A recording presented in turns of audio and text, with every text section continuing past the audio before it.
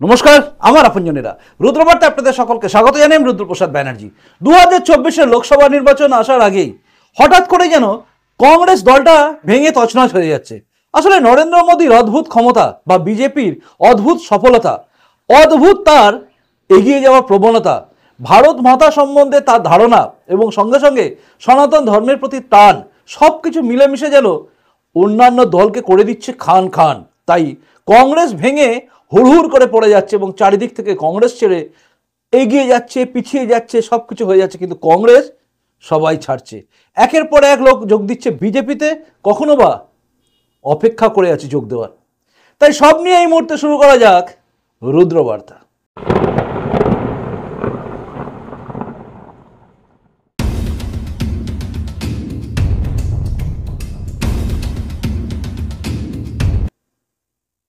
আপনারা জানেন 2024-এর লোকসভা নির্বাচনের আগে এই দেশের অন্যতম ব্যক্তি, মানে কংগ্রেসের সবচেয়ে মাথা যে রাহুল গান্ধী, যাকে ঘিরে কংগ্রেসীদের স্বপ্ন ছিল যে রাহুল গান্ধী হবে প্রধানমন্ত্রী আর কংগ্রেস হবে সেই দল যে দল গোটা দেশকে পরিচালনা করবে।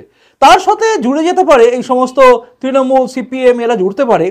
মূলত সবচেয়ে বড় কৃতিত্ব থাকবে রাহুল গান্ধী আর কংগ্রেসের। কিন্তু ধীরে ধীরে পরিস্থিতি এমন বদলাবে, এটা মনে হয় কংগ্রেসের রাহুল গান্ধী কল্পনাই করেনি।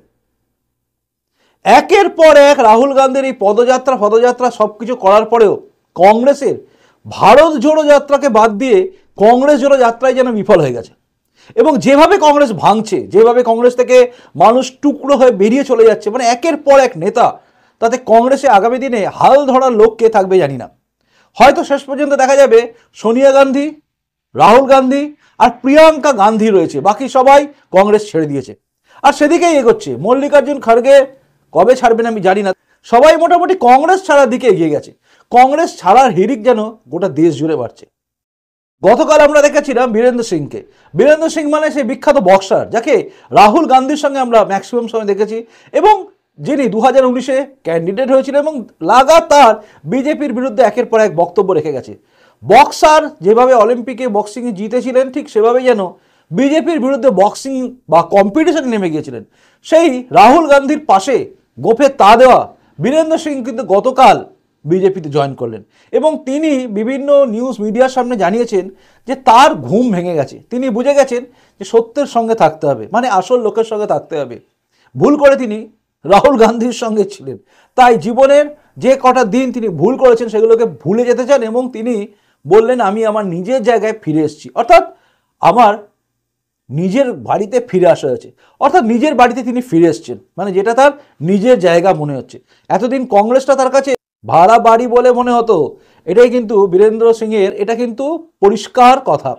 বীরেন্দ্র সিংয়ের কথা যখন আমরা শুনলাম, তারপরেই আমরা দেখলাম সঞ্জয় নিরুপম হচ্ছেন একদম মহারাষ্ট্রের সেই তাবর কংগ্রেসী নেতা, যে কিন্তু বিজেপির বিরুদ্ধে মাঝে মধ্যে এমন মানে মন্তব্য রাখতো, এমন সব বক্তব্য রাখতো চিন্তার বাইরে।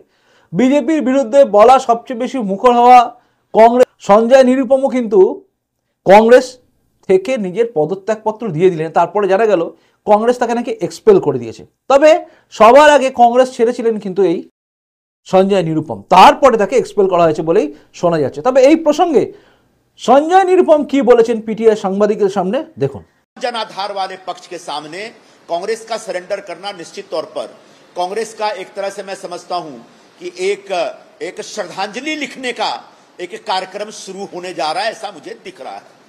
मैं अपने शीर्ष नेतृत्व से इतना ही कहना चाहूंगा कि मैं एक आध हफ्ते ज्यादा से ज्यादा अब इंतजार करूंगा।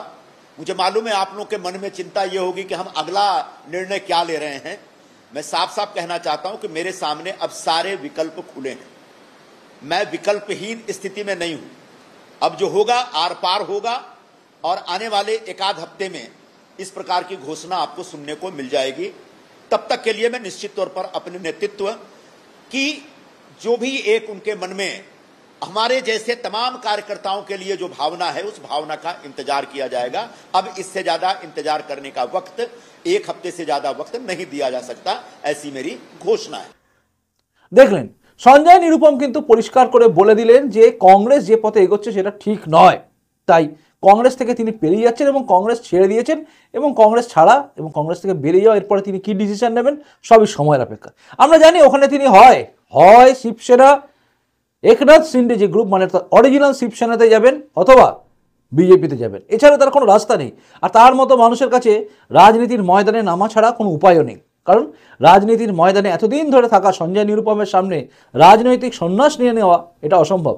তাই তিনিও কিন্তু এই এনডিএ জোটের মধ্যেই সামিল হচ্ছেন বলে আমার মনে হয়, এবং কংগ্রেসের হাত থেকে সেই মানুষটা সরে গেল যে মানুষটা কিন্তু সবচেয়ে বেশি চেঁচাতো। এরপরে আরও ঝটকা বাকি ছিল। ডক্টর গৌরব বল্লভ হচ্ছেন গুজরাটের সেই ব্যক্তি যিনি কংগ্রেসের কিন্তু শুরু থেকেই আছেন, এবং শুরু থেকে মানে রাহুল গান্ধীর সঙ্গেই রয়েছেন, এবং তার সঙ্গে সঙ্গে তিনি একজন বড় নাম করা প্রফেসর ইকোনমিস্টে, এবং তিনি অর্থনীতিটা খুব ভালো বোঝেন। সেই গৌরব বল্লভও কিন্তু গতকালই তার নিজের ত্যাগপত্র পাঠিয়ে দিয়েছেন, অর্থাৎ তিনিও রেজিগনেশন দিয়েছেন কংগ্রেস থেকে। মল্লিকার্জুন খড়গেকে তার পাঠানো রেজিগনেশন লেটারটা আপনারা দেখতে পাচ্ছেন এবং পরিষ্কারভাবে সেটা দেখছেন। এই প্রসঙ্গে যখন সাংবাদিকরা তাকে জিজ্ঞাসা করে যে আপনি কেন कांग्रेस ছাড়লেন, তখন তিনি কি বলেছেন একবার শুনুন। से ठीक पहले कांग्रेस छोड़ना क्या कारण रहा सर आपका? देखिए, मैंने जो हमारे राष्ट्रीय अध्यक्ष आदरणीय मल्लिकार्जुन खड़गे साहब कांग्रेस के जो हैं जी, उनको एक पत्र लिख के मेरे दिल की सारी भावनाएं उसमें व्यक्त कर दी। मैं कांग्रेस पार्टी की चुप्पी, जब पार्टी के कुछ नेता, अलायंस के कुछ बड़े नेता सनातन का विरोध करते हैं, और उस समय हमारे पार्टी की चुप्पी से क्षुब्ध हूँ। जी, मैं राम मंदिर में पे पार्टी के स्टैंड से क्षुब्ध हूँ, और मैं अर्थशास्त्र का प्रोफेसर हूँ। जी, लिबरलाइजेशन, प्राइवेटाइजेशन, ग्लोबलाइजेशन जो डॉक्टर मनमोहन सिंह जी, पीवी नरसिम्हा राव साहब ने देश को दिया, आज पार्टी उसी चीज़ों का विरोध करती है। हम देश में वेल्थ क्रिएटर्स का सुबह शाम गालियां देते हैं उनको, जो बिजनेस करके रोजगार उत्पन्न करते हैं उनको गालियां देते हैं। जिस विनिवेश को कांग्रेस पार्टी लाई, जी, उस विनिवेश का आज विरोध किया जा रहा है। तो मैं इन चीज़ों से क्षुब्ध था। मैंने पार्टी के प्लेटफॉर्म पे भी ये कई जगह बात उठाई, और मेरे विस्तार से ये सारी चीज़ें अपने पत्र में लिखी। শুনলেন, তিনি কিন্তু বললেন একটা অন্য যুক্তি, অর্থাৎ তিনি বললেন সনাতন ধর্মকে বারবার অপমান করা, সনাতন ধর্মকে গালাগালি দেওয়া আমার দ্বারা হবে না। দেখুন, এই প্রসঙ্গে আপনাদের আমি বলে রাখি, সেটা হচ্ছে যখন উদয়নিধি স্টালিন হিন্দু ধর্মকে অপমান করেছিল, আমি সে সময় কিন্তু বলেছিলাম যে এর ফলটা ভুগতে হবে, ইন্ডিজোটকে ভুগতে হবে। সবচেয়ে বেশি খেসারত দিতে হলো কিন্তু কংগ্রেসকে, কারণ এই গৌরব বল্লভ তিনি যখন পার্টিটা ছাড়লেন, রেজিগনেশন দিয়ে দিলেন মল্লিকার্জুন খড়গেকে, এবং তিনি অবশ্যই রাজনীতিতে ময়দানে আসবেই, কারণ তার কাছে মনে হচ্ছিল যে হিন্দু ধর্মকে অপমান করা হচ্ছে, রাম মন্দিরকে নিয়ে তাদের যে অবস্থান, কংগ্রেসের যে অবস্থান, সেই কংগ্রেসের অবস্থানের ফলে কিন্তু সমস্ত দেশবাসীর কাছে কংগ্রেস হিন্দু বিরোধী বলে পরিচিত হচ্ছিল। দেখুন, আজকের যে ভারতবর্ষ, সেই ভারতবর্ষে দাঁড়িয়ে আপনি হিন্দু ধর্মকে অপমান করে টিকে যাবেন, নিজের রাজনীতি করবেন, এটা ভাবলে ভুল করবেন। আজকের সমস্ত হিন্দু জনগণ জেগে আছে, অর্থাৎ সনাতনীরা জেগে গেছে। তাই সনাতন ধর্মকে অপমান করা কোনো সিনেমা ফ্লপ করে যায়, সনাতন ধর্মকে অপমান করা কোনো নায়ক নায়িকা ক্ষমা চায়, সনাতন ধর্মকে নিয়ে উল্টোপাল্টা বললে তার রাজনীতির কেরিয়ার শেষ হয়ে যায়। উদয়নিধি স্টালিনের রাজনীতির কেরিয়ার কিন্তু শেষ হতে চলেছে, কারণ গোটা দেশ জুড়ে একটা গেল রব উঠেছে এর বিরুদ্ধে। এবং তার সঙ্গে সঙ্গে কংগ্রেসটা দেখুন আপনি কিভাবে কংগ্রেস ছেড়ে বেরিয়ে যাচ্ছে। প্রফেসর গৌরব বল্লভের কথা কিন্তু দুর্দান্ত ছিল, তিনি বললেন আমি সনাতন ধর্ম নিয়ে বলতে পারবো না। এবং যে অর্থনীতির জন্য মনমোহন সিং, মানে প্রফেসর মনমোহন সিং যিনি ছিলেন, মানে আমাদের অর্থমন্ত্রী ডক্টর মনমোহন সিং, তিনি যা বলেছেন, তিনি যে রাস্তা দেখিয়েছিলেন, সেই রাস্তাতেই যাচ্ছে বর্তমান প্রধানমন্ত্রী এবং গোটা দেশ, এবং সেখানে গিয়ে উন্নতি হচ্ছে। সেই বিকেন্দ্রীকরণের সমস্ত রাজনীতিকে, মানে এই রাজনীতি করতে গিয়ে সেই রাস্তাটাকেই বলছেন এরা ভুল। গ্লোবালাইজেশনের জায়গাটা দাঁড়িয়ে এরা বলছে গ্লোবালাইজেশনটা ভুল। তো গ্লোবালাইজেশন যদি ভুল হয়, তাহলে কংগ্রেসের মনমোহন সিং কেন করেছিলেন? এই সব প্রশ্ন কিন্তু ঘুরপাক খাচ্ছে। আর এই প্রশ্নের মধ্যেই কিন্তু এই প্রফেসর গৌরব বল্লভ কিন্তু পরিষ্কার বুঝিয়ে দিয়েছেন যে আজকের কংগ্রেস ভুল জায়গায় যাচ্ছে। দেখুন, বীরেন্দ্র সিং থেকে শুরু করে সঞ্জয় নিরুপম এবং গৌরব বল্লভ, তিনজনের কথাই কিন্তু এক জায়গায় গিয়ে মিলে এক হচ্ছে যে কংগ্রেস ভুল রাস্তায় চলছে। আর এটা কিন্তু স্বাভাবিক, কারণ রাহুল গান্ধীকে প্রজেক্ট করে যতবারই এগোবে কংগ্রেস, ততবারই কিন্তু মুখ থুবড়ে এভাবেই পড়বে, আর কংগ্রেস থেকে একের পর এক লিডার এভাবেই বেরিয়ে যাবে। যেটা আজকে আমরা পরিষ্কারভাবে জানলাম সেটা হচ্ছে কংগ্রেস কিন্তু ধীরে ধীরে বিনষ্ট হয়ে যাবে, কংগ্রেস কিন্তু ধীরে ধীরে ভারতবর্ষ থেকে মুছেই যাবে। এই কংগ্রেস কিন্তু একদিন মুছে যাবে, কারণ মিথ্যের ওপর দাঁড়িয়ে সনাতন ধর্মকে অপমান করে আর উল্টো বলে কখনো কংগ্রেস ফিরে দাঁড়াতে পারবে না। যতই পদযাত্রা করুক, যতই হাঁটাহাঁটি করুক, যতই লাটালাটি করুক, যা খুশি করে নি, কিচ্ছু হবে না।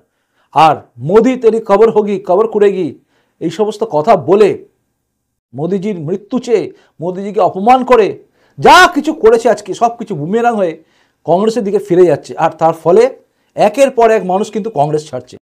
তাই আমার মনে হচ্ছে আগামী দিনে কংগ্রেস থাকবে বলে আমার মনে হচ্ছে না। আপনার কি মনে হচ্ছে অবশ্যই আপনি কমেন্ট বক্সে কমেন্ট করে জানাবেন। দেখুন, আমি আমার কাছে পরিষ্কার বলে দিলাম, মানে আমার মতামত আপনাদের কাছে পরিষ্কারভাবে রাখলাম যে আগামী দিনে এইভাবে কংগ্রেস যেভাবে চলছে তাহলে কংগ্রেসের কিন্তু অস্তিত্বই থাকবে না। আপনার কি মনে হচ্ছে আমি ভুল বলছি? যদি মনে হয় আমি ভুল বলছি সেটা কমেন্টস করে জানাবেন, আর যদি মনে হয় আমি ঠিক আপনি জানাবেন সেটাও। আর যদি মনে হয় প্রতিবেদনটা লাইকযোগ্য তাহলে লাইক করবেন, যদি মনে হয় শেয়ার যোগ্য তবেই শেয়ার করবেন। আর যদি আপনি নতুন এসে থাকেন এই চ্যানেলটা সাবস্ক্রাইব করে আমার আপনজন হয়ে তারপর যাবেন। এখনকার মতো আসি, দেখা হচ্ছে এর পরের রুদ্রবার্তাতেই। নমস্কার, বন্দে মাতরম, ভারত মাতা জয় হোক, জয় হিন্দ।